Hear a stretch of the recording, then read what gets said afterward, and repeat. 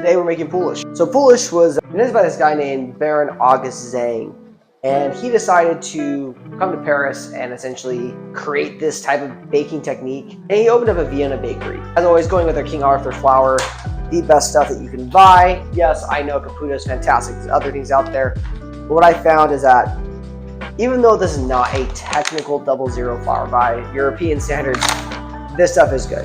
What I love about it is it essentially fits to the American palate. So let's talk about why I decided to go with Poolish instead of biga. And biga is very similar, except Poolish has a higher hydration content. Now what's really cool about Poolish is that the exact reason it was invented was the exact reason that I use it. Before Poolish was invented, one of the problems that you had is that French bakers had two options. Either A, they could use a direct yeast method, which was essentially flavorless. It gave you rye, but really no flavor. Or the other option, which is growing increasingly popular now, sourdough starter. And, well, sourdough, essentially. And that gave it flavor. But sourdough is kind of unpredictable.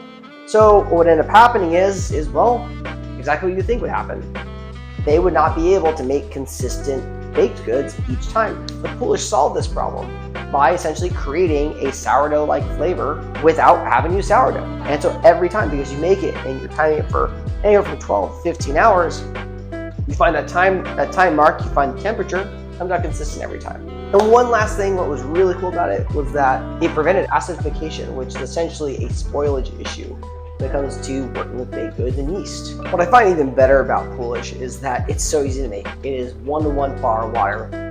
This is just half a gram, and I'm going to make 5 dough balls with this. This is just half a gram of yeast, very small amount. Now a little bit of what I would like to do is I like to go out and just put about 20 grams of water here. We're just going to let that sit in there. What I really love about pizza is that like all these little tiny things make a huge, huge difference. And when I'm looking at Poolish as an example, that is well, it's not Italian, it's from Poland.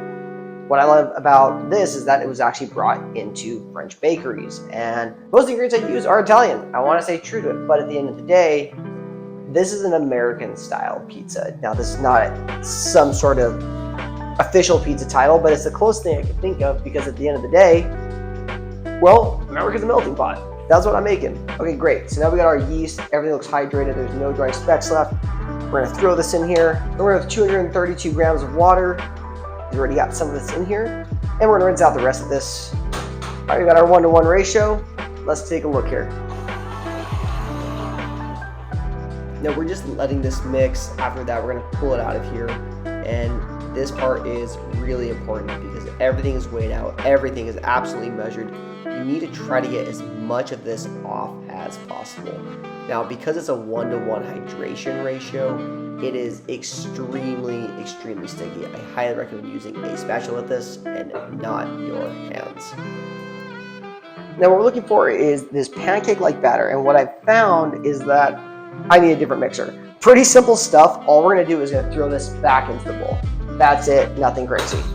All right, pretty straightforward stuff. We're just gonna simply throw this into the bowl. Now you'll see sometimes those dry spots get in there, and we just wanna be sure to work that out.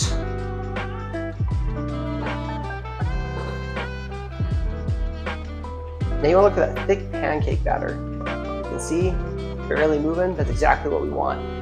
This part, super, super easy. I like to do a double seal method. I'm gonna take this.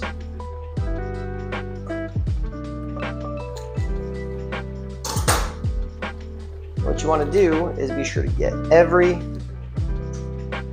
last bit of air out of here. Now you can use a bowl and a lid.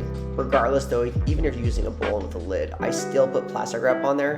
Again, any air that gets in there is a chance for it to get contaminated and another chance for it to really just not come out right. And the last thing you want is to ruin an entire batch of dough because you didn't use some extra plastic wrap. On this one, I'm going to try something a little bit different. I'm going to try a triple seal just to see what happens. If it makes any difference at all. I don't think it will, but again, I like to experiment, see what's going on. Then we're gonna put this into our fermentation chamber, which is my converted fridge, and that'll be it. Simple as that. Click that follow, and do me a favor, just click that follow button if you're here, and just do me a favor, click that follow button if you want to hear more about my hodgepodge of pizza. Be sure to click follow if you like pizza. Simple as that. If you like pizza and you know it, click the follow.